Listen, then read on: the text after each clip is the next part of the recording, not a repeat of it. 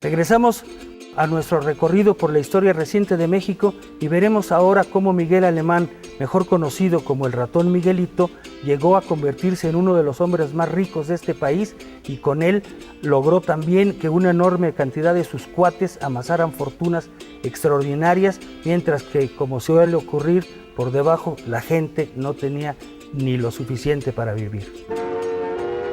Manuel Ávila Camacho había pavimentado el camino para las reformas y modernizaciones de Miguel Alemán, que en realidad consistían en ahondar la alineación de México con Estados Unidos y acabar de sepultar a la Revolución Mexicana.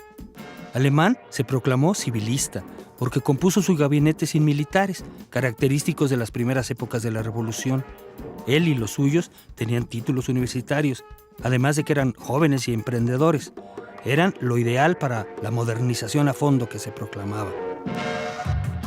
Sin embargo, antes de un mes de gestión, el presidente mostró que también tenía mano dura. Los petroleros iniciaron una huelga, pero nunca imaginaron que como respuesta el ejército asaltara las instalaciones petroleras, rescindiera el contrato de los líderes nacionales y seccionales y se mostrara intransitable, lo cual fue aplaudido por los señores del dinero. Para controlar mejor todo tipo de disidencia, creó la Dirección Federal de Seguridad para el Espionaje y el Control de la Población. Ya encarrerado, Alemán acabó de desgraciar la reforma agraria y mediante reformas al artículo 27 abrió paso a los inversionistas privados en el campo, quienes fueron bautizados como agricultores nylon, porque no sabían nada del agro.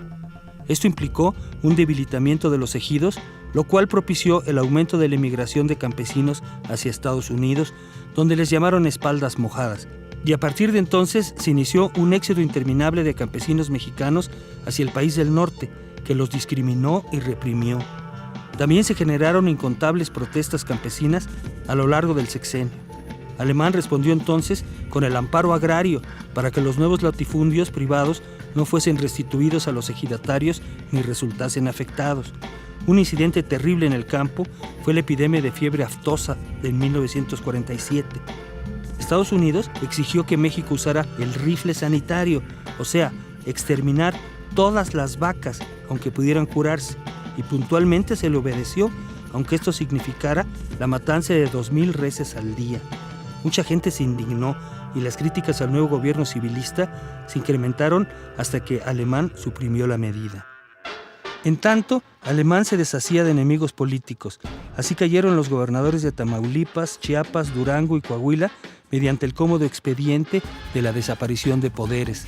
La clase obrera, controlada por Fidel Velázquez, no causaba problemas y la CTM ignoró la política de bajos salarios. Por eso Vicente Lombardo Toledano, experto en el arte del oportunismo político, creó el Partido Popular, el PP, que después fue PPS, pues se proclamó disque socialista. El Partido Comunista salió con que Alemán era un burgués progresista y tampoco causó problemas. A mediados de su sexenio, el presidente era ya un auténtico monarca sexenal y controlaba todo. Bajos salarios y precios desmesurados fueron las bases económicas de Alemán, quien creó una casta de empresarios que se divertía en sus mansiones de las Lomas de Chapultepec, el Country Club y el Jockey Club. Les gustaba el whisky, jugar canasta uruguaya y la equitación. Su música era el anticomunismo, que estaba de moda. Muchos amigos de Alemán obtuvieron ganancias desmesuradas bajo el ejemplo del mismo presidente, quien a la sombra de una fiebre de obras públicas amasó una fortuna alucinante. Pero en 1947 había escasez de materias primas, de crédito y energía eléctrica, transportación inadecuada y maquinaria obsoleta. La guerra mundial había concluido y con ella el auge de exportaciones. La inflación crecía, el gobierno tendía al gasto deficitario y los ricos sacaron más dinero vía la especulación. La fuga de capitales se volvió alarmante y Alemán, aunque había prometido no hacerlo, devaluó el peso a 6.88 y finalmente a 8.65 por dólar, no sin antes avisarle a sus cuates que compraran los debidos billetes verdes. Esa devaluación fue devastadora. Se vio entonces una industrialización anárquica y obras públicas que resultaban pura especulación y despilfarro. La corrupción, omnipresente para entonces, fue el lazo de unión entre los mexicanos. La devaluación y el encarecimiento correspondiente activó un gran descontento popular. En el sindicato de petroleros surgió una pugna feroz por la dirección que fue a los tribunales. El presidente apoyó a Jesús Díaz de León, mejor conocido como el Charro, quien recurrió a las prácticas de Fidel Velázquez, apoderarse mediante pistoleros del control. Pero, innovador el hombre, añadió también denuncias penales contra sus oponentes, que fueron a dar a la cárcel. El charrismo había nacido. De pasada, Ferrocarriles Nacionales se aprovechó para despedir a 12 trabajadores y para reducir los salarios a su conveniencia. El alemanismo también fue la época del mambo, de los centros nocturnos y de los teatros de revista. En estos triunfaban las exóticas como Tongolele o cómicos como Palillo, quien llegaba con un amparo judicial a trabajar por lo duro de sus críticas. Las rumberas triunfaban en el cine, también con melodramones truculentos. A la cabeza de las estrellas se hallaban Pedro Infante y Tintán, Pachuco Gandaya, que bailaba mambo con Pérez Prado. Este ritmo causó furor en la vida nocturna y en clubes como Leda, Ciros y Waikiki. Empezaron los tríos de boleristas con los Panchos como locomotora. En la pintura, Diego Rivera vio divertido cómo una turba de sinarquistas borraba la frase «Dios no existe» en su mural del Hotel del Prado. Por cierto, Frida Kahlo asistió en camilla a la gran exposición de Diego en Bellas Artes. Por su parte, Rufino Tamayo se consolidó.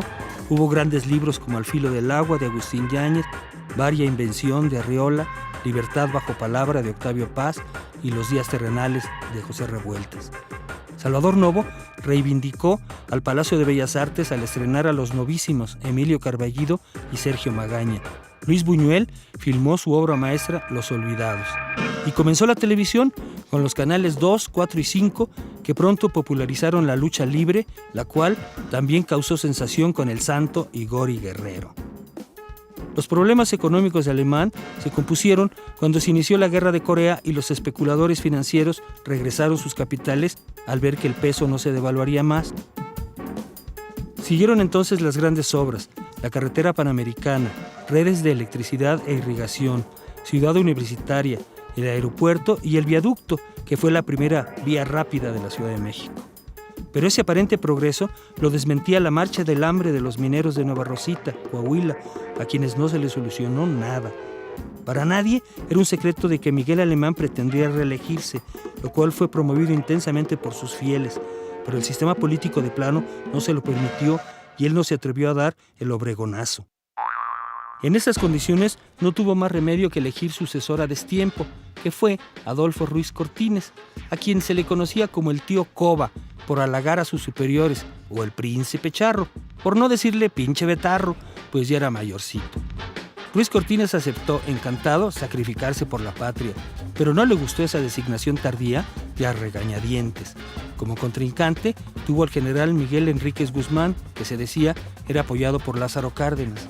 Don Miguel tuvo que escindirse del PRI y formó la Federación de Partidos del Pueblo, o FPF, y su candidatura molestó mucho al régimen, pues reflejaba la profunda molestia del pueblo y de la izquierda.